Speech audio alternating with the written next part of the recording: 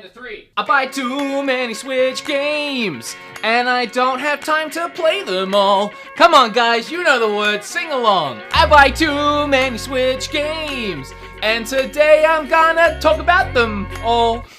I'm gonna talk about some today with y'all.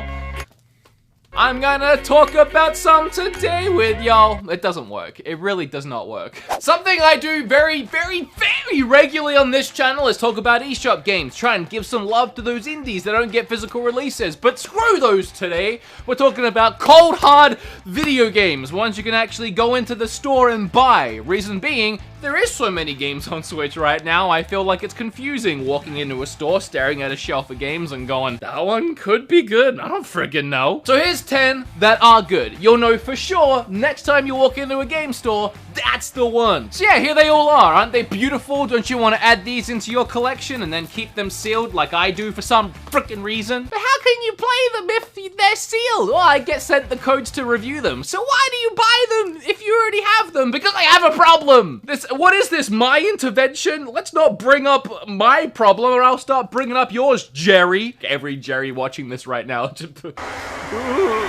Today's sponsored Switch game stepping up to the plate to be featured in a video with 9 other games.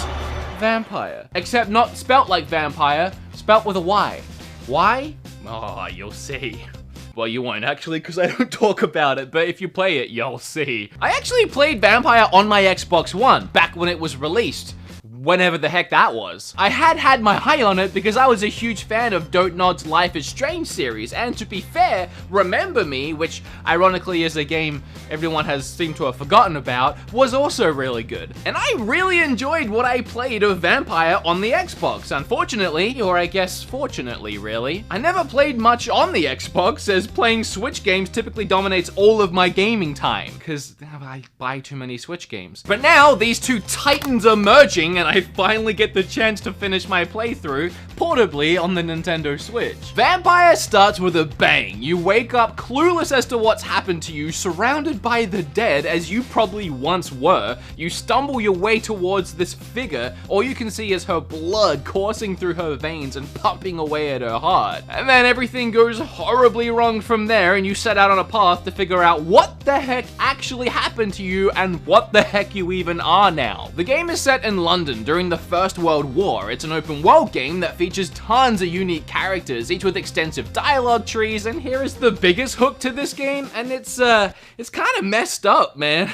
The more you talk to characters, learn about them, learn their secrets, or help them with their quests, the more you do all of that, it improves their blood quality. Then, at any point, you can mesmerize almost anyone in the game, any character, any NPC, and take them to a secluded area and feast on their blood. Killing them, obviously, and gaining experience depending on their blood quality. But now that they're dead, they won't be there anymore. Because that's how being dead works. So they can't help you, tell you new things, or even give you future quests. So without them, you now need to deal with the negative consequences of killing them. The whole concept ends up being everyone you talk to or help, you are effectively preparing possible meals. And if you ever need a big hit of experience to level up, you can feast on one of your meals, and this is your own way of determining your own difficulty setting. Not killing anyone will come at a cost of not leveling up and getting stronger. So, can you control your thirst for blood? That would have been really funny if I had fangs.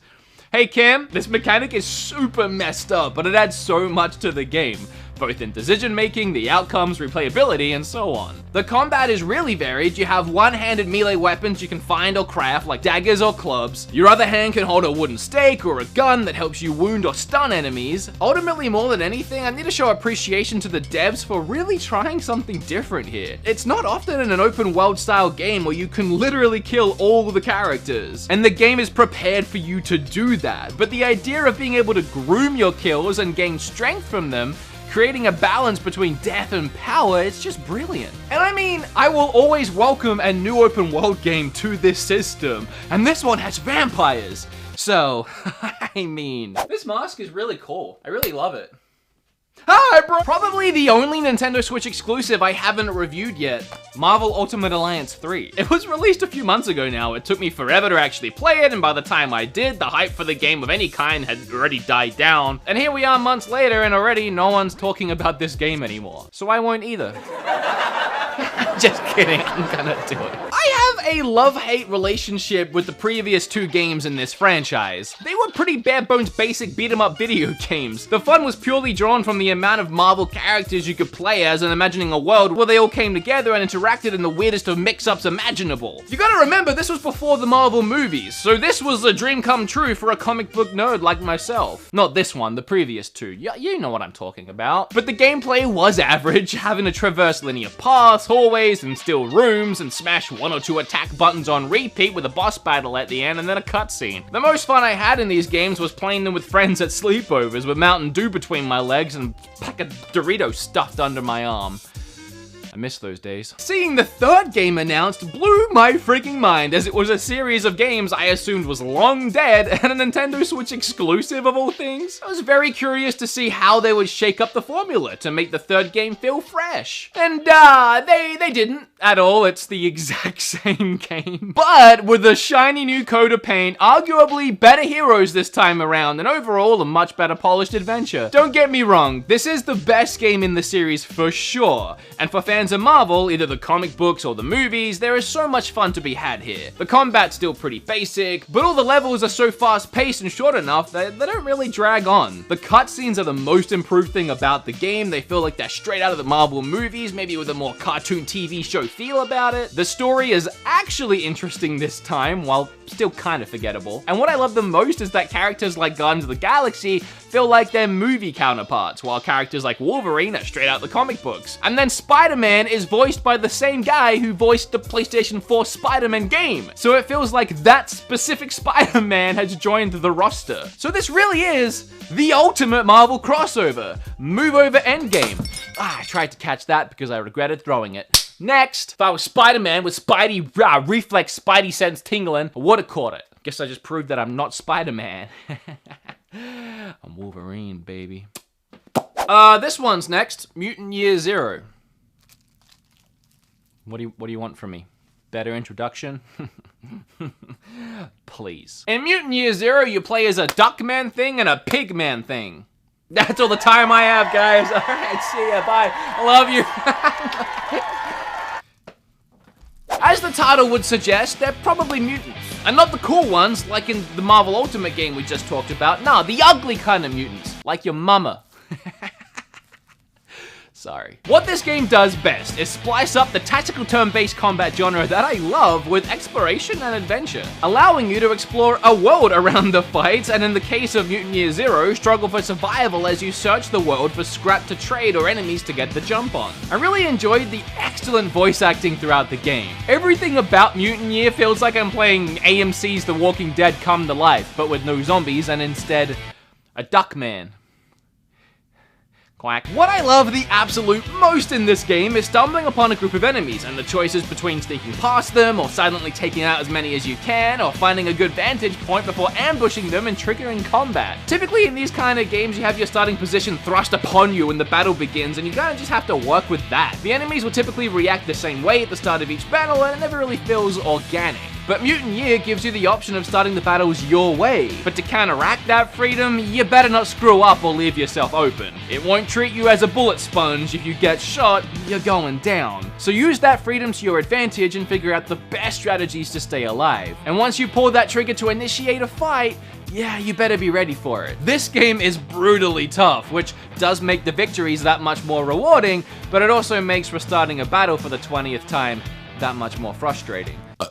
Next, we have Kill la Kill, the game. If? I'm not sure if it's if or IF. I think it's IF, but it looks like if. So I gotta be honest, I've never heard of Kill la Kill before this game was released, and I still haven't watched the anime. That's a lie, actually. I wrote this last night, and last night Kim and I sat down and watched the first 2 episodes. It's pretty good. I decided to pick it up and play it regardless of not having seen the anime before for 2 reasons. One, I actually really enjoyed My Hero's One's Justice, a fighter done in this same style based on the My Hero Academia anime. And the other reason was that it had a shiny little label down here for Arc System Works, the same developer that made Dragon Ball FighterZ, another anime-based fighter that was freaking awesome. Now, I didn't realize at that time that Arc had only published Kill la Kill, where they actually developed Dragon Ball FighterZ. So it's not made by the same people.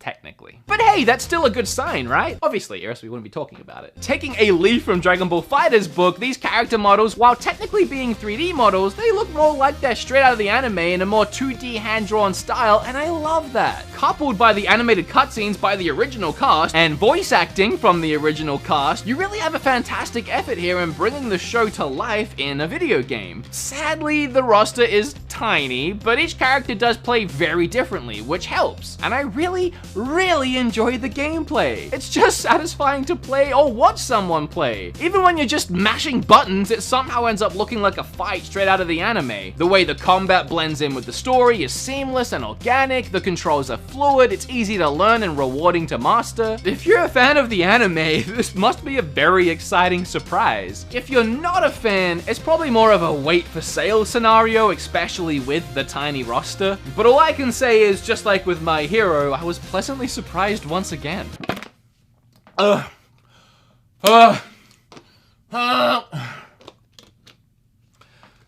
I honestly love all of the games on this list today, and as I sat down to write this video, the words of which you can see here, and if there was ever a game to slightly breeze over, it's probably one that we all already know is near perfection. Ni no Kuni. Speaking of animes come to life, Ni no Kuni's artwork was greatly inspired by Studio Ghibli, and the animated sequences were in fact produced by Studio Ghibli. These cutscenes are wonderful, magical, and just so wholesome. Ni no Kuni honestly feels right at home on the Switch. There are elements to it that even feel like Pokemon, such as collecting these adorable familiars which help fight for you. There's quite a bit going on here with the gameplay between controlling both yourself and your familiars in combat. I haven't really played an RPG quite like this one. It's so fresh and original even now in 2019. Easily a must-play game. Not even a must-play RPG, which it is. It's just a must-play game in general. One thing to look out for is at the same time this game released on Switch, a remastered version released on PlayStation 4. This is not the remastered version. It's just a straight port from PlayStation 3. Nothing's been upgraded or made to look better or be different. It's just portable now. And I personally have no issue with that. Of course, it's kind of a catch-22 thing. But considering this game still looks fantastic on the Switch, and you can take it portable, that's a huge advantage over improved visuals overall. But I mean, that's just my opinion. And who cares about that? I mean, I don't like Xenoblade 2, so... That felt great! Knocking out a game that quickly? Where else can I shave off some minutes on this video? I know. How about these 3 games? Forager, Wargroove, and Enter the Gungeon. Let's just do them all at once. Why not? As you guys know, one of my favorite things to do is scour the eShop looking for little hidden gems and highlighting them in videos just like this one. And you can watch those videos right here. It's like a whole playlist of them. 18 now. Yeah, boy. And sometimes games from those lists end up getting physical releases months later. Typically if they end up selling pretty well, which I would like to think that we all played a part in making happen, even though it's a thankless job. No one's ever thanked me for one of their games selling well. I mean, did they thank you guys? I mean, I didn't see the letter in the mail. The best part is, when they release the games physically, they usually have tons of extra stuff. Like Wargroove is the deluxe edition. It has a strategy manual, soundtrack, map, and stickers. Enter the Gungeon has all the DLC, which is a lot, and a download code for the soundtrack. And Forager has some stickers and a poster, to be fair. And maybe there's a video to be made on some of these little indie gems that end up getting physical releases once I've already talked about them, but for now, here's these 3. 3 brilliant games that if you saw me review these, but you don't like buying digital-only games and thought, dang it, even if they had a freaking physical, dang it, if only it had a physical release. Well, yeah, now they do. I wanted to alert everyone that now they have gone and did that. And if you want to watch me actually review these 3 games, there'll be links down below. You can probably a link at the end of the video. You can probably click this little thing that nobody ever actually uses on YouTube. And is it cheap of me to bundle 3 games into one slot in a video that was supposed to be a list of 10 games? Yes. It's my video though, so moving on.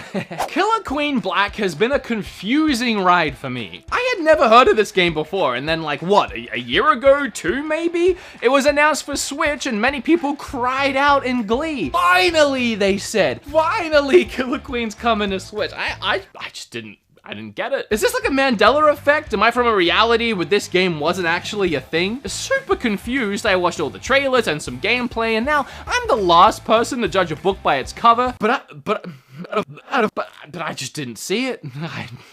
I didn't get it. Months, years, decades went by, and now it's finally dropped on Switch with a physical version to boot. And it's good. It's good. It's really good. I mean, personally, I still don't totally get it, but it's insanely fun. 8-player competitive online multiplayer aspect alone is well worth checking out. The matches are played on a single screen. You can win by either achieving economic, military, or snail victory. The workers can gather berries for an economic victory, or ride a snail to the finish line, or you can kill the enemy queen 3 times and win that way. You can also power up your workers to become fighters to help take down the queen, but then the workers can't help gather berries or ride the snail. So that's where a load of strategy comes into play, and each match ends up feeling completely different. Visually, this game reminds me of a lot of games I'd used to play way back when on my MS-DOS, like Commander Keen, and while I love that game, that's not a comparison any video game wants, I don't think. There is nothing at all exciting about the way this game looks, but that really does speak volumes for how fun the base gameplay is. Speaking of the good old days, the 8-player multiplayer mode would have been a hit at my friends' game nights after high school. Kind of a shame we didn't have it back then. Too late now. For me, not for you. You might have your whole life ahead of you. I'm old. My back hurts. I'm 29. 1 foot in the grave. It's all over for me now. You know, I really wanted to do an entire video on Witcher 3 Wild Hunt because I feel like the game deserves it. But there are so many games that keep releasing, I honestly can't keep up. I don't have massively positive things to say about Witcher 3 on Switch specifically. I'll start by saying just the fact that it's on Switch is frigging insane. Just the fact that I can play this game, Witcher 3, on this itsy bitsy little thing, it's freaking hilarious more than anything. And I mean, honestly, the Switch Lite's probably the best way to play this game on the tiny screen. Docked, the game kind of looks like someone dug their hand in mud, threw it at your TV and said, try playing The Witcher 3 now! The lighting, assets, character models, everything has been downscaled so much that they've all turned into a muddy, blurry mess. And on a big TV, it all kind of blends together into an arguably beautiful oil painting. Yeah, I'm over-exaggerating a little bit, but for the lols, after playing it on Switch for a few hours, I booted up my Xbox One X and I restarted a game, and immediately I was picking up on details, characters, even full buildings that I missed on the Switch version because they were just unrecognizable as I was riding past on Roach. And that's an unfair comparison for sure. But when it comes to my Switch ports, I personally need to feel like I'm not missing out on too much by playing it on Switch. And Witcher 3 has such a beautiful, rich world to explore, I really feel like I'm missing out on that playing the Switch version. But the visuals aren't the only thing that make Witcher 3 fantastic. The Witcher is one of the greatest games of all freaking time. The story and its decision making, the combat, the deep RPG mechanics, exploration, all of that makes for a game that I personally much prefer over any other game in this genre. And as I said, portably or on the Switch Lite on the smaller screen, it's a lot easier to notice those little details. And again, how is The Witcher 3 on Switch? Just the fact that they pulled this off and it runs really well is a miracle. If you haven't played this game before, it's 100% worth picking up on the Switch. Yeah, and sticking to portable mode, just because this game is so damn incredible, and if this is the only way you have to play it, then it will frickin' do. Personally, for me, all this Switch version has done is made me reinstall it on my Xbox to play through it one more time. But that does not mean that this version isn't worth it. It still absolutely is. Or else I wouldn't be talking about it. Get it, buy it, play it, especially if this is your only way of doing so. I mean, it has all the DLC. What more would you want?